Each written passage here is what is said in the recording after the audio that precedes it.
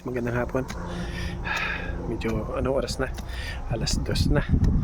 Hindi pa kami natatapos sa pag-cultivate ng mga halaman din Ayan, para hindi madalang mapuntahan, at least na-cultivate siya para maging maganda yung pagsuloy niya. Ayan, sipag ni Madam. Ito ba yung mababang nyug to. Cultivate lang para malinis yung puno, para maistakan kung sakaling umulan.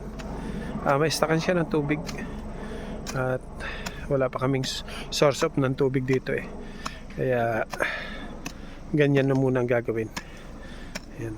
Ay guys, lumalaki na rin yung mga puno, at pagdating ng panahon at sa kaloob ni Lord, mapakinabangan to. Ayan. Hello. Iba't ibang puno. Ayan. Kasi pag ni Madam, iba talaga pag sanay sa palayan o sa tubigan.